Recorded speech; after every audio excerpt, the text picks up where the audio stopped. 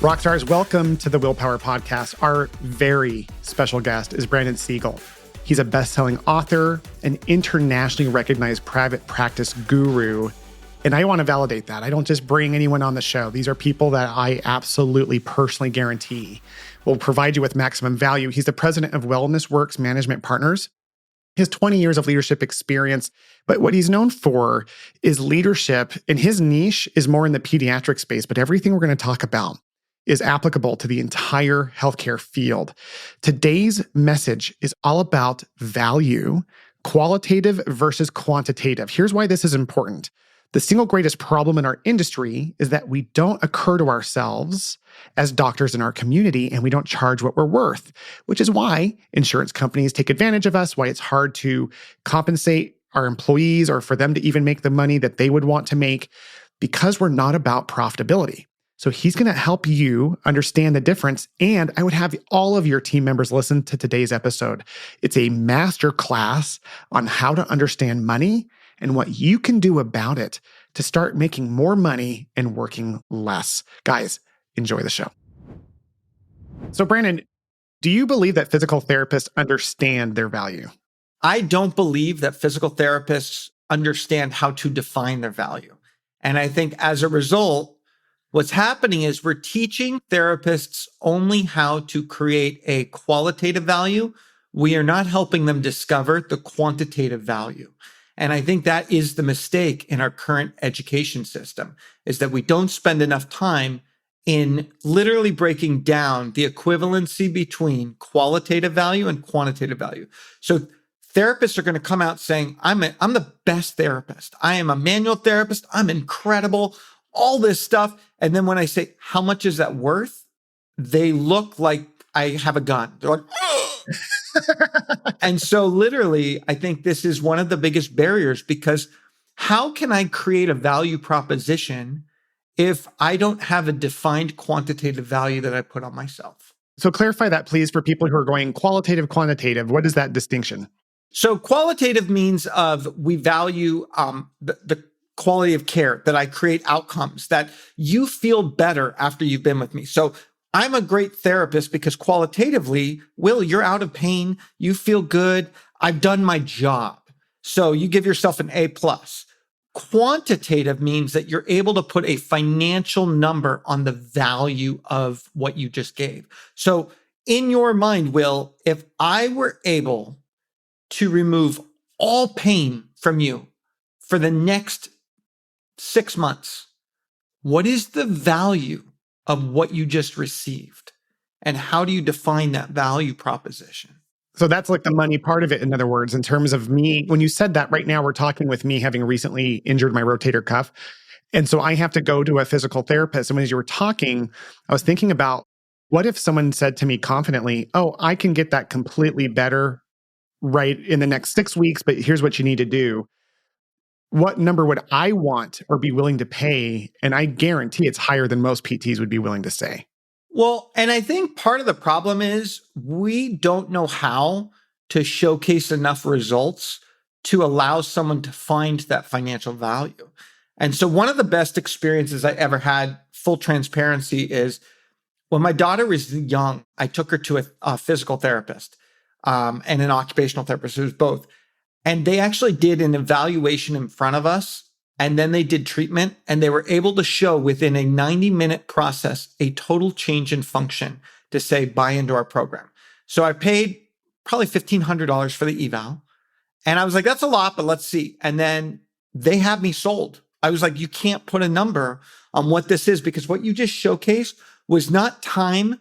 It was not action. It was results. And so if we're really as qualitatively good as we say we are, then why can't we financially value the value of what we're going to create for someone? Yeah, what are the problems that come from us as an industry not understanding how to quantitatively define our value? Well, and then, so I told you this earlier, but I'm going to say it again for everyone is, I went to a physical therapist today, and private pay physical therapist. Now, kind of to give you some backstory, I was referred to a pelvic floor physical therapist from my doctor, but my wife, who's an occupational therapist, said, no, not yet. You're not ready for that. And you're going to hate biofeedback. She was like, you're going to hate it. So you don't want that. And I'm like, okay. And she's like, you're going to go to this physical therapist because everything in your body is so tight that it doesn't matter what a pelvic floor therapist does. You need this first in order for your muscles and whatnot. And I'm not a therapist, I'm a business guy, but I'm like, okay, yes, honey, whatever you want. I show up to this therapist's office and he's quality-wise, like he's good. Like I liked what he had to do, but the experience had room for opportunity. And the biggest thing that I think with him was he is a really good clinician. His ability to take a good clinical approach and turn it into a value of experience where I walk away like, oh my God, I just spent the best investment of the day. This like made my day. And he had the clinical skills to do it. He didn't know how to put it into that next gear. And what was sad was when we got to the checkout period where he's like, I'm like, how much do I owe you again? He'd already sent paperwork. I had already signed it, everything. And he said, this is how much it costs. But since and I stopped him, I said, look, I'm going to be a business coach right now. Don't cheapen your value. If that's your price for everyone else, don't treat me any different. And granted, he knew I'm like in the industry and whatever. I go, hold your own, buddy. Like you earned it. You own it. So it comes back to this idea of whether you're a practice owner or a therapist or whatever, you need to be able to own that value. And at the end of the day, we also know when someone's not worth their value. And so sometimes people also overplay their card. And so I bring this up because on the recruitment side, I always let them show me their cards before I show them. I'm a big believer in that. And so I want to be clear. I set a magnet when I recruit that says, this is what the job looks like. This is what the pay looks like, all those different things. But once they apply, they have to go through what I call the analysis of fit component. And when we are analyzing fit, it starts with what does the fuel that they require and where is that destination going to be based on that fuel? Meaning, physical therapist, how much they want to make, are they doing 30-minute, 45-minute, 60-minute, 40-minute visits? Do they need aids? Do they not? Are they in a clinic? Are they in the home? All these different factors that we look at, and how hard do they want to work? What does lifestyle look like for them? And that allows us to measure this. But when someone comes to you, Will, and says, I'm looking for, and I have this happen all the time, I'm looking for over 6 figures, and I'm looking to see about 25 patients a week. And I'm like, 25 minimum, 25 goal, because that's a whole different thing. I want to be clear. 25 delivered means that we're scheduling 30 to 35, just so that that's our minimum. 25 seen to you might be, I only want 25 scheduled. Well, now you've overplayed your hand. And so it comes down to, it's really easy to quickly identify when a therapist has no way to financially value themselves. And to me, this is the first thing we should learn in life. This is what we should be training our kids for. It doesn't matter whether you're a physical therapist, you're a landscaper, you're a pool man, a baseball coach, or whatever. You have to be able to know how to value yourself based on ROI, based on the benefit that you're delivering. And so I bring it up because there are baseball coaches making more than physical therapists right now. And that's the whole problem we're facing. We're realizing this discrepancy that exists in our industry. The way it looks more directly for students is where they come out of school with a student loan debt because the universities know how to value what they do. And there's a whole debate on that, but they understand that, hey, listen, for a doctorate level degree, you're going to have to pay $130,000 in money. Students are taking that on, and then they're going into a profession that doesn't know how to value itself. And ironically, the educational institutions are perpetuating to the PTs themselves how to undervalue themselves individually. So then you have these individuals and an institution to where people are leaving because they're in a position where they don't understand what they're worth. And to your point, if we knew what we were worth as PTs, we would know how to charge appropriately for our patients. We would understand as owners how to recruit better because we know what we're worth. But this whole idea of understanding quantitatively what we're worth is driving the majority of all of our problems. And that's why insurance companies are taking advantage, is because We look at them as the big bad wolf, and I still think they kind of are. But at the end of the day, they're the ones who are taking advantage of just what we're willing to not understand about ourselves, which is what we should be charging in terms of visits, what we should be collecting in terms of cash. Well, and in my opinion, at the end of the day, the value of ourself is based on, in my opinion, two drivers. One is the qualitative ROI, meaning how much is that quality worth to you? So I want to get leather in a car, so it's going to cost me this much more because of quality of life. Like, what's that qualitative value? So why did I go to a private pay person when my doctor referred me to, being very transparent, a franchise PT clinic that was a mill? I could have gone through insurance. I could have had a $10 copay, and I opted to go full cash. And you're like, well, you can afford it. I go, no, it's how I value it. I'm not going to Italy. I'm not going on vacation. I'm not doing what I'm doing. I'm valuing it. So one is that component of I put a qualitative ROI on the care I'm going to get. But then the second variable, which is kind of understood, is affordability. Can they afford what that qualitative ROI is? And what's happening is our industry is attracting more and more people that say, my goal is to serve those who are underserved and cannot afford quality services. But the problem is when I go back to that book, The Giving Tree. What happens at the end of the day? The tree dies. Like, sorry if you haven't read it, but bottom line is the tree dies. So I bring it to everyone to say, don't devalue yourself where your tree is going to die. It's not your problem to solve their crisis. And I come back to, whose problem is it to solve when they have big student loans? Is it your problem, Will, if all the therapists you hire have $60,000, $100,000, $150,000 student debt? Did you tell them to get that debt? No. At the end of the day, the two things I always say is, would you buy a home with a variable interest rate that goes up or down every year? And I bring that up because that's what we're doing with our salaries and our employees, is we hire someone who accepts our job. And sometimes within 3 months, 6 months, 12 months, whatever, they're like, oh, I need more money. My cost of living went up or this or that. I'm like, you need to know what they value themselves at 5 years from now. You need to budget for where that balloon payment is going to be, because it's going to catch you. And I guess one of the things kind of tying back to value, I'm a big believer in, is I'm like, whatever I can pay you 5 years from now, I can pay you today.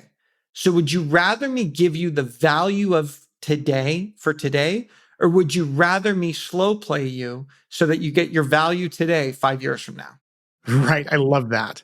Well, and I think the big thing here is that when we are undervaluing ourselves, I don't think we understand that we are hurting the patients, the industry, and ourselves. Because here's the thing I think most PTs are thinking when they're devaluing themselves. First of all, I don't even think they're aware that they're doing it, but when they are, they justify it, at least I used to be like, well, the reason I'm not, charging more for my services or whatever is because I'm not about the money. That's a common phrase in our industry. I'm not driven by money. However, there's a big difference between not being motivated by money and not understanding its impact in my world, like that giving tree. If I'm not, it's just a fuel. It's not good or bad inherently, right? So when PTs oftentimes undervalue their services, they think they're doing something charitable. So explain the difference, Brandon, in that regard. When is charity appropriate versus what we're talking about, which is paying what is, or charging what we are worth to our clients? So my viewpoint on this is no margin, no mission, plain and simple.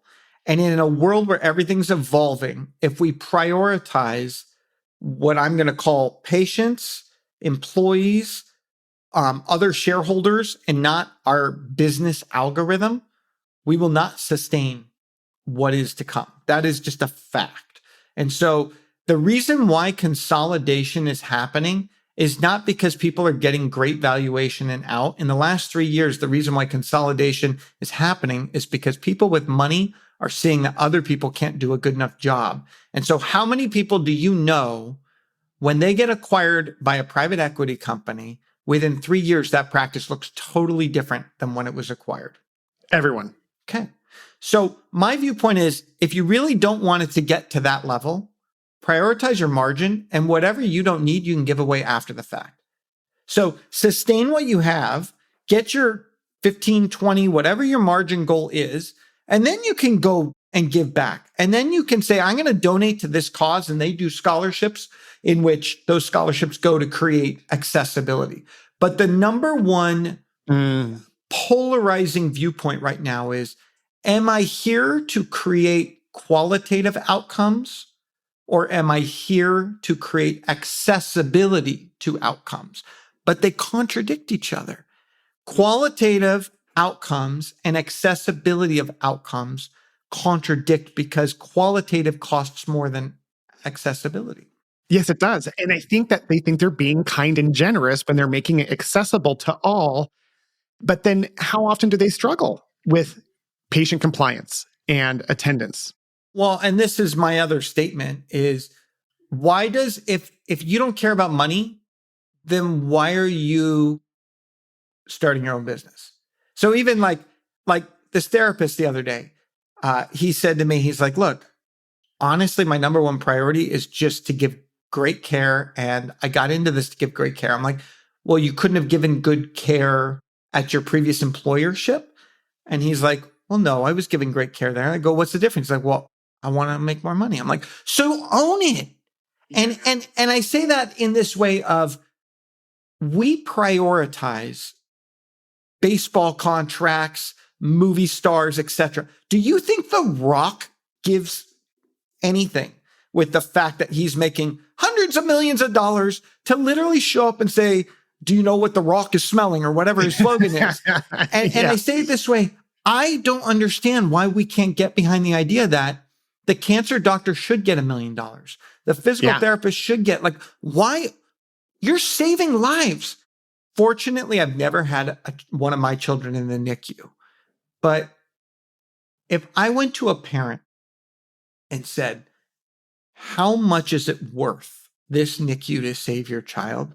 They would say, I will leverage every penny in my name to save my child.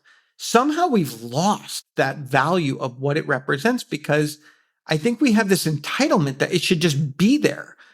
But where in the world did we get this idea that it's universally, and I'm not talking like political, I'm not talking, universal healthcare and all that. What I'm talking is at the end of the day, we think that the best quality care should come for free. And I don't understand that mindset. What other industry has that? Yeah, it's true, because in healthcare, we as a profession struggle with money overall, but no one like the PTs and OTs. The PT, OTs, SLPs in particular are in a place where we are so confused about it that probably what some people, rock stars that are listening, heard what you just said, Brandon. Some of them probably started to feel uneasy about this idea of taking a family with a kid in the NICU and recognizing that they'd be willing to pay that money, because the healthcare provider that we've been trained to be might hear that like taking advantage. And what I think is important for the listeners and rock stars to understand is that there is a point of which you are taking advantage, and that's not the providers. I say this all the time, Brandon. I believe that every PT, OT, and SLP should make as much money as they want, meaning they could make lots of money, become incredibly wealthy, because it's only with the profitability that you can do things to turn it into charity. Like you can't give away what you don't have. And when you devalue your practice, we're not talking about overcharging, but what we're recognizing is we so undercharge that charging a fair exchange feels like we're ripping people off because of the way we've been programmed. Well, and it's interesting because if, from my experience, and you may have different experience, when I've gone to places that have socialized medicine like Canada, the people actually value the private pay so much greater. It's this mindset of like, hey, no, I'm ready to pay whatever it takes to get what I need.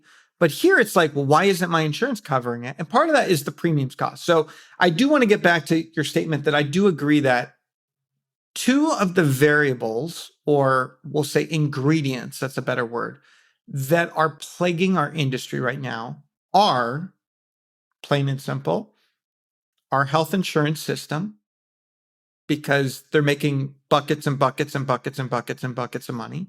And there's no regulation. It's kind of like that's an issue. And I think it's also the idea that I pay $10,000 a year and get $100,000 of healthcare benefits doesn't make sense. Comes back to that growth. So the whole idea of insurance, they're betting on not giving you services, is my point. The second thing that is plaguing our system is our college graduate programs. These programs are not preparing people for the real world. They're preparing people enough to have a licensure and enough to have enough debt to last a lifetime. And it's amazing because I remember what the unit cost of school was when I went to undergrad and what it is now. It's like 1,000% more. I'm not exactly. It's insane. It's insane. And I don't understand. There's a point in which the profession's not worth the cost of the degree. I agree. And it's crazy. There's a school, and I won't name who, but everyone here is going to know who I'm talking about, that this school consistently, every therapist I interview comes out expecting over six figures. And I say, where did you find that out? My school. It's also a school that sells an OTPT degree that makes no sense to me why someone would get both degrees, because I can't get double the pay. Like, what's my benefit? I just studied now. I'm an OT and a DPT. Like, and I'm sorry if you've bought into that program, but financially, you're not worth more to me as an employer. Just plain and simple. Same with any alphabet of soup behind your name. Like, there's this thought process of if I keep developing my qualitative value, somehow it's going to make sense quantitatively back on the back end.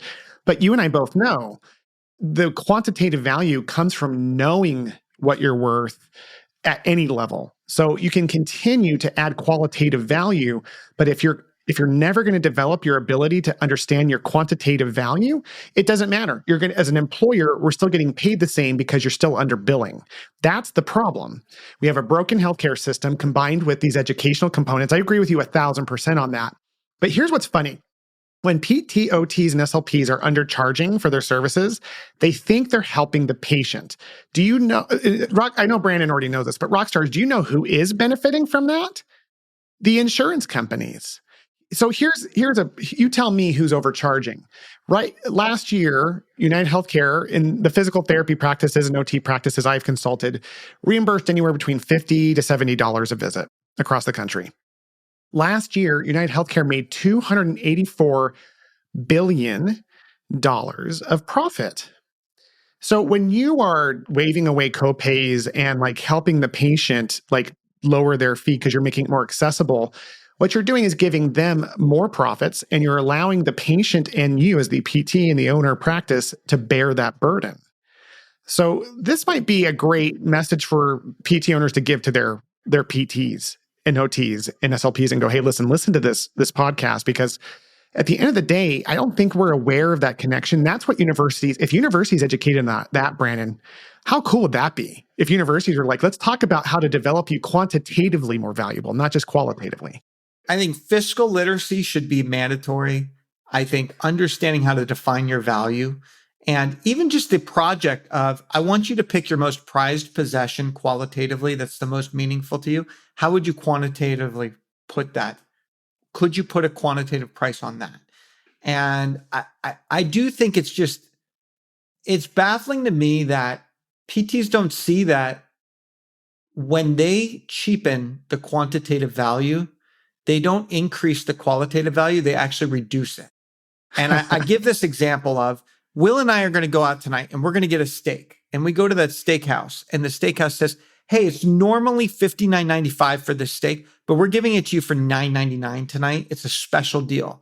Will, if we decide to go in a week later and they're like, oh, it's $59.99, aren't you like, well, that was a $9.99 steak. Now you're telling me it's $59.99? Like, that doesn't make sense. Like, why am I paying 5 times the value? Well, that was a discount.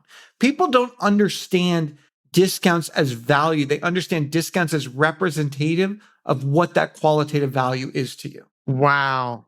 I agree with that, by the way. Alex Hormozy always says he never discounts his price. The price is the price. Because the second you discount something, that becomes the understanding of what the value is. I had a coaching program that I won't promote here, but I had a coach tell me, I was working with practice owners, and he told me when I was launching this, he said, hey, you need to charge, let's start out at $2,000 for 6 months. And to me, that number felt insanely large. And he goes, no, I'm objectively assessing what I believe the exchange is. He goes, you're undervaluing it at $2,000, but it is your first group. He goes, we're actually going to raise that significantly after you get some social proof. So I started at 2,000. After 6 months, he comes back to me and he goes, now you're going to charge $8,500 for the same course. And I thought he was insane. And this is the PT in me. This is the educational system I came through that was, even though I owned a practice, this was how this showed up for me in terms of quantitative valuation. So when I started to charge more, Brandon, you know what happened because you know this process. The quality of my clients got better.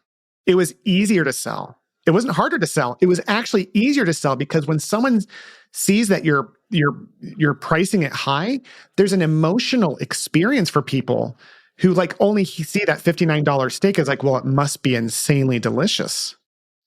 Right. And so again, there's a lot of people out in the industry who are figuring this out in the B2B space where there's coaches helping PT practice owners who are really good at pricing it high and bringing the sizzle, but their qualitative value isn't actually matching up to their quantitative, but they're actually doing pretty good because of that. Yeah. Well, it's interesting you say this because I had an experience about a year ago. And there's someone in the industry that there's a couple of people that charge $50,000 for their programs. And my wife was like, why don't you do that? I'm like, I can never sell anything at a $50,000 package. She's like, why? I'm like, because call it spiritual. I'm spiritually not at a place where I put that value on myself, where I would pay myself for that. And I come back to, you have to be willing to buy what you're selling. And that's so important. So I can't tell you how many therapists I find, they want these huge salaries when they're employees. And then when they become employers, they don't want to pay the salaries that they wanted. I'm like, you were there. That's what you wanted. Yeah, but I was different. I'm like, there's no difference. It's the same thing.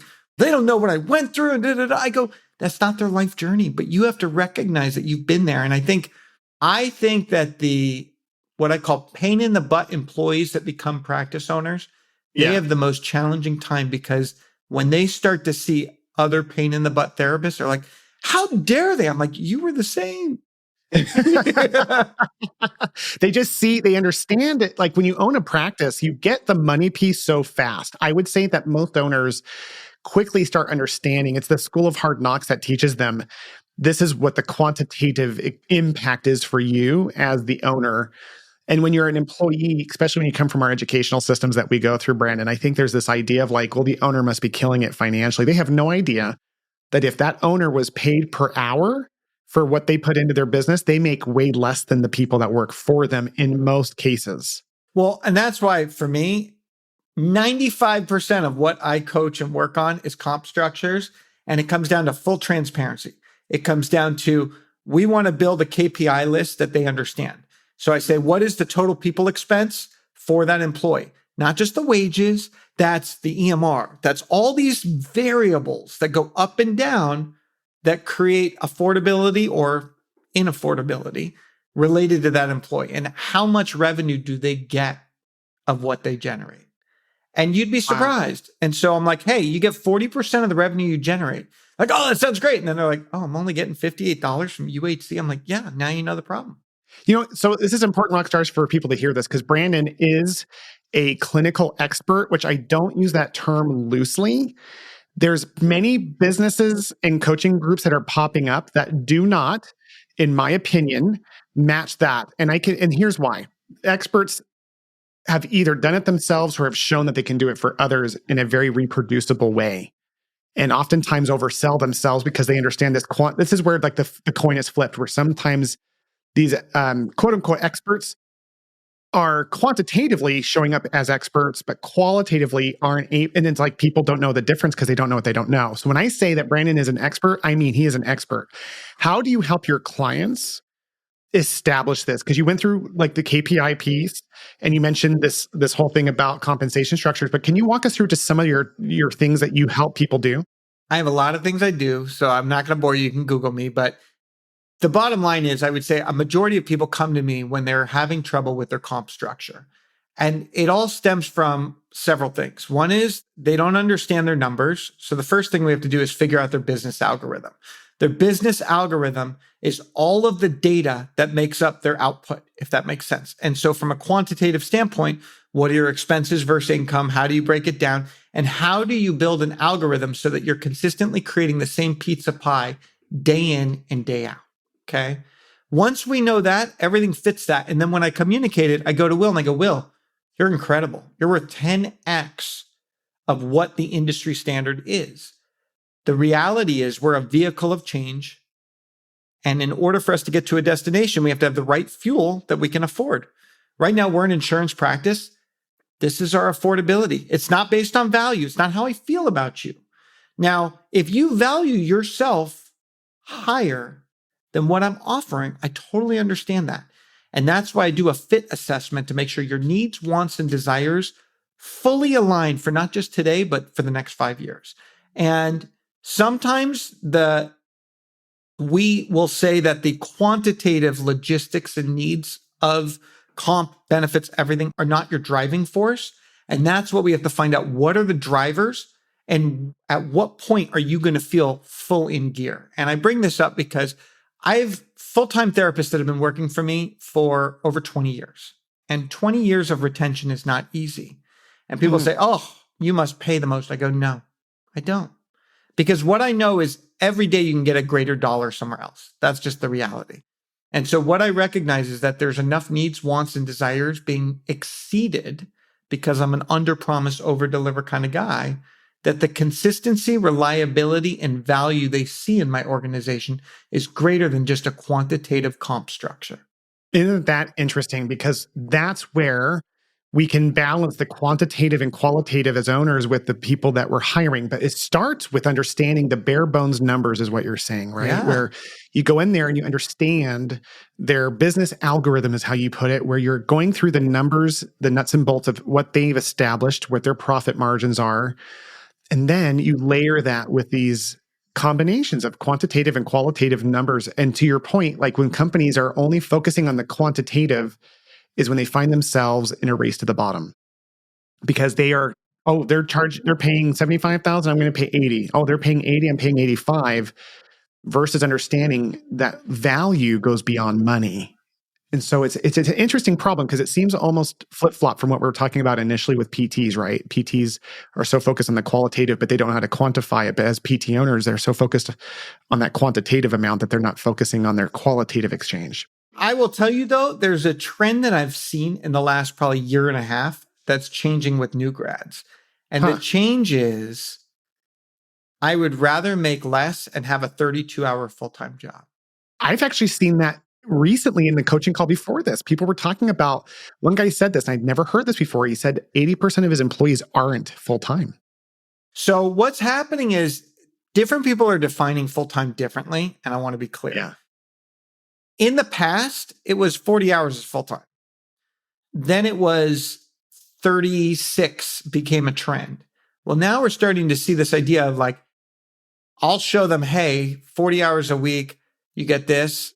32 hours a week, you get that. Which one do you want? They're like, I want the 32. And so we're seeing that less people want to put in the 40 hours of time into a job today, which is so weird because when you think about it, we have 168 hours in a week, 168 hours, and we're complaining about 40. It makes no sense to me. And no other industry I see as if you go work in the hospitality industry, do you think they're going to be like, oh, you get 32 hours a week? No, they're going to be like, you're going to work 50. You're going to work whatever it takes. You're going to work weekends, holidays. And what if your favorite restaurant just shut down because they're like, sorry, we've reached our 32 hours for the week? Like it's a little bizarre for me, but I think I'm programmed a little different. No, I'm the same way. I grew up in actually the hospitality industry. My dad owned a restaurant. So like nights, early mornings, weekends, everything was on the table, pun intended, to get working. And it's, you look at the PTs and they're just in this place of, I don't know, culturally, I don't have a lot to say about it. What are your thoughts? Why that trend is bubbling up so much? So I'm going to tie it to our value piece. Okay.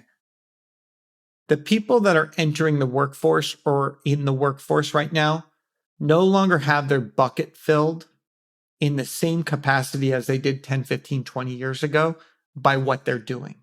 And I think as media and things have changed in reality TV and this lifestyle of I want to travel and I want to see museums and I want to go on private jets and like things that we never saw 20 years ago, now their whole value system has shifted.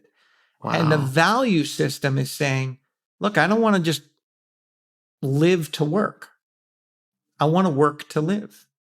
Huh. And for me, being very transparent, I live to work. I love what I do. If you gave me all the money in the world, I would still work. I love it. It's like there's that cause and effect of being able to create change. I would go nuts if I just was on a golf course all day. Now, I know there's not people like me, but I also was that guy that was busting tables at 15 years old. I grew up middle class, had everything I ever needed, what you would consider like rich Jewish kid. And I just was born with this grandfather that literally was like, Brandon, nothing is given to you in life, regardless of the fact that you're being raised a little bit spoiled. You're going to work and learn that like product of like, he was generation depression. So I literally was the only gringo kid busting tables at a restaurant. And I remember 5 hours on my feet, I was tired. And they're like, bye, we're going to our next job. And it taught me that if I'm not able to grind and enjoy the grind, my life is going to be limited. And so the number one lesson I'm trying to teach my kids is to find one thing you can create and do for 60 hours a week and be fulfilled. Because if you love what you do, there's nothing that someone can take away from you. I love that lesson. And I relate to that. I think there is a mindset shift around entrepreneurship, but I do believe that anyone can develop that mindset, but it comes from understanding what they value. And I'm the very same way. I sold my practice. I'm not in a position where I have to work my 50 hours a week. I choose to out of passion. It's a passion drive for me. And what I find is, I love creating possibility with people to the point where when I'm not doing that, I do like to relax from time to time, but it's like the key thing is to find something that you're so excited and passionate about that it never feels like work. And I love that you said, learn to love the grind, because I have found when I coach companies, I'm sure you've experienced this, but the company in New York that has the team that's producing, like each therapist is seeing like 80 visits a week or more.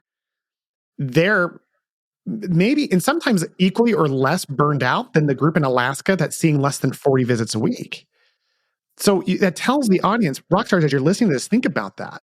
Why are they burning out? Like, it's because we keep choosing to talk about it. And it's like this message we keep beating as a drum, when at the end of the day, back during the Depression, people loved to have the blessing to grind to make money. So yeah, I love that you explained that, because maybe what they're just valuing over the years is shifting around this like work to live versus live to work.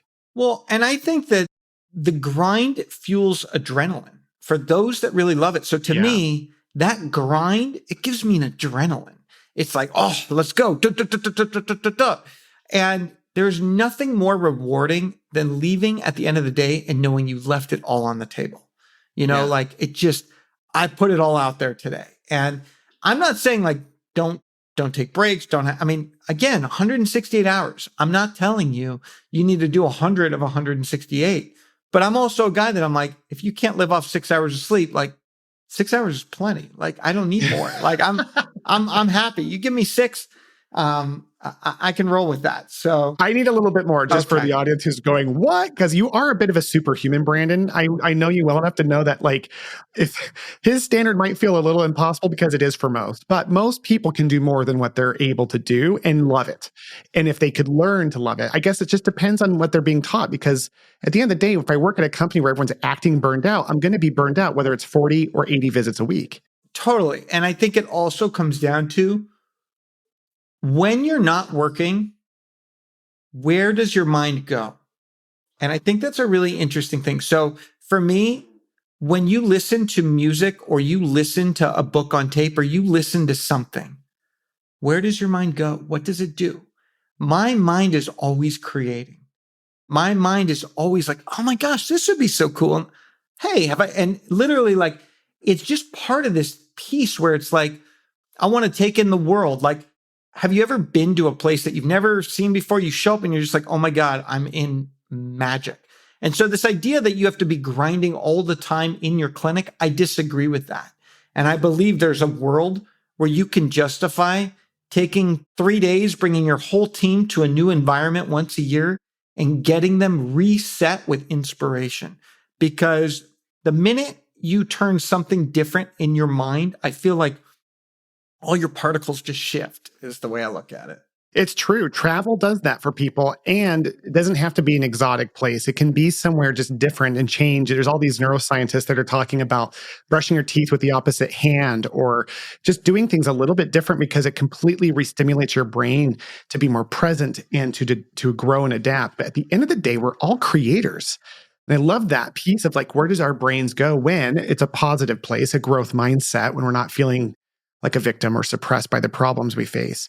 Our brains organically create.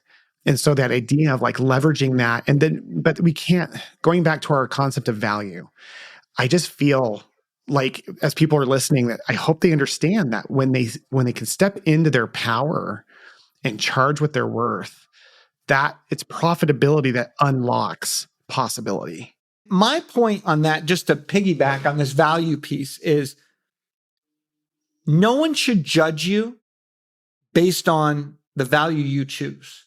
And you should not pick it because someone else tells you this is your value. Don't let others dictate your value. So even when I say the $50,000 thing, I'm envious that he sees his value as $50,000. I'm envious of it. At this point in my reality, I can't value myself, and that called self-esteem, call it whatever. I'm an under-promise, over-deliver person. And the idea of me creating $50,000 worth of value to someone is overwhelming to me. And when I say, if I'm creating what I call as an exchange of $50,000, for me, it's like, you better be able to create $85,000 to $150,000 of perceived value to justify that. So anyone that could do that, I actually envy them. So just because someone down the street is charging $225 and you're like, that's ridiculous, you find your number. But don't get stuck where you're valuing yourself based on what's around and what's available. Value yourself based on what you're willing to fight for and what that tipping point is. And tipping point is everything. Value is a product of when that tipping point comes, you're like, I don't need it then. So my question to you, Brandon, is what do you think PTs, OTs should be charging if they were cash pay? What is the range of money that you would say to challenge them in terms of value? I know it's going to be variable based on what they're doing and all that, because it's too hard to float through a single number for all things. But what would you say would be an interesting range for people who are listening to this to go, yeah, this is what an expert thinks that we should be charging cash pay wise for a PT visit? So I'd rather put it into this perspective.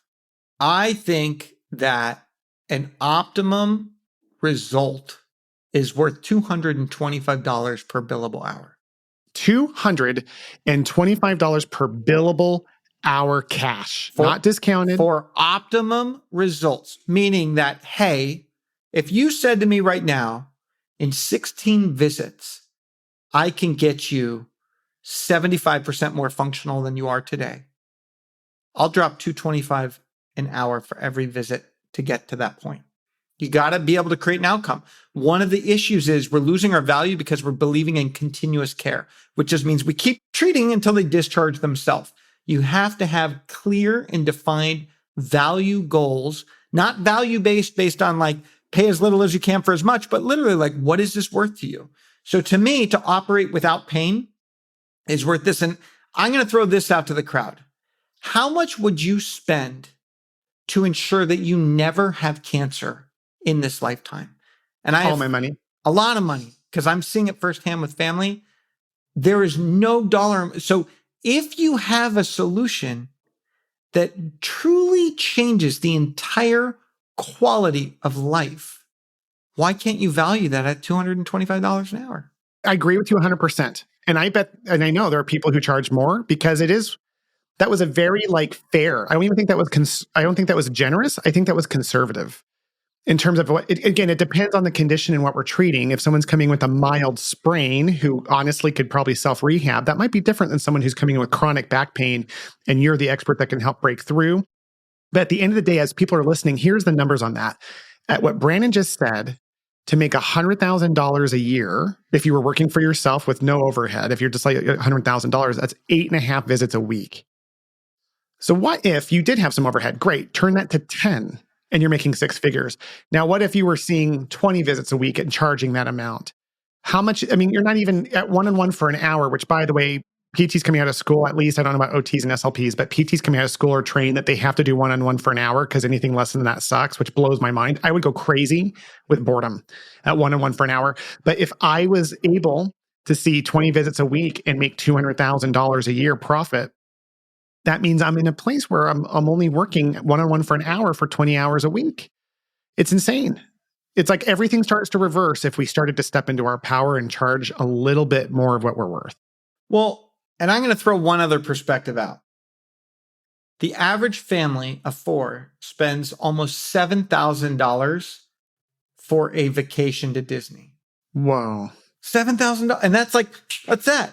So I come back to you go and you spend and all this stuff. And I look at it in this way. Well, how many people average $50 or more for a check of food, whether it be family or whatnot? Like 50, 100, whatever. When a coffee is $5 to $7, how can we not justify 200? And I brought up the 225 because I'm an under promise, over deliver. I want that 225. I want you to come back and say you should charge 275. That's always my goal, is you could have charged more. Yeah, and people, if they started stepping into their value, their clients would show up because they're like, obviously this guy, part of what you guys are hearing, Rockstars, as your owners and as your PTs, I'd have your PTs listen to today's episode, is that the reason you're struggling with your patients and the reason they don't show up is because they don't perceive the value. One of the easiest ways we can help them understand and perceive our value is by charging what we're worth. This is assuming you can get the outcomes.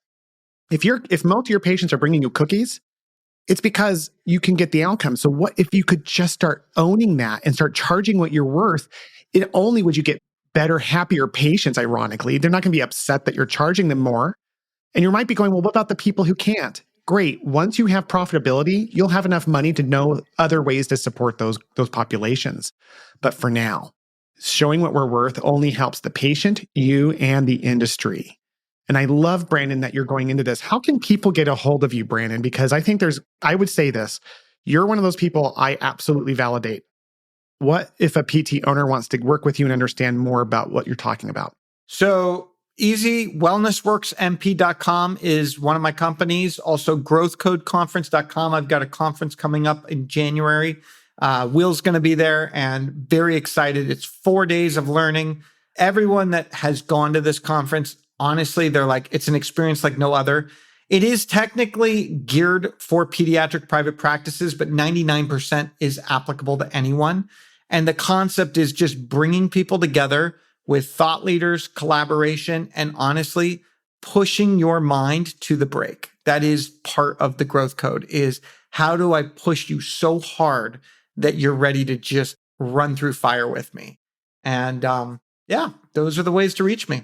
Yeah, I want to validate the event. I'm so glad you brought it up because I was worried you wouldn't. But that event that I get the pleasure of speaking at has been told to me by people across the industry that do not BS me, that it is the single greatest event in the physical therapy industry and occupational industry and in the speech industry. And so I initially reached out to you just being like, hey man, how can I support it? Because I was deep down dreaming to speak at it. So the fact that I get to be a part of it is huge. So Rockstars, come visit Brandon and I at this event at the end of January. Can you give them the dates and the location? Yeah, January 30th to February 2nd. It's going to be in Miami, Florida. Come on. Literally. Coral Gables, Florida. Beautiful. From morning to night, we are in it to win it. And so growthcodeconference.com. I'll put that in the show notes as well. Brandon, it's been such an absolute pleasure to have you on the show. I have to have you back sometime. Absolutely. Thank you. Thank you so much for taking the time to listen to today's episode.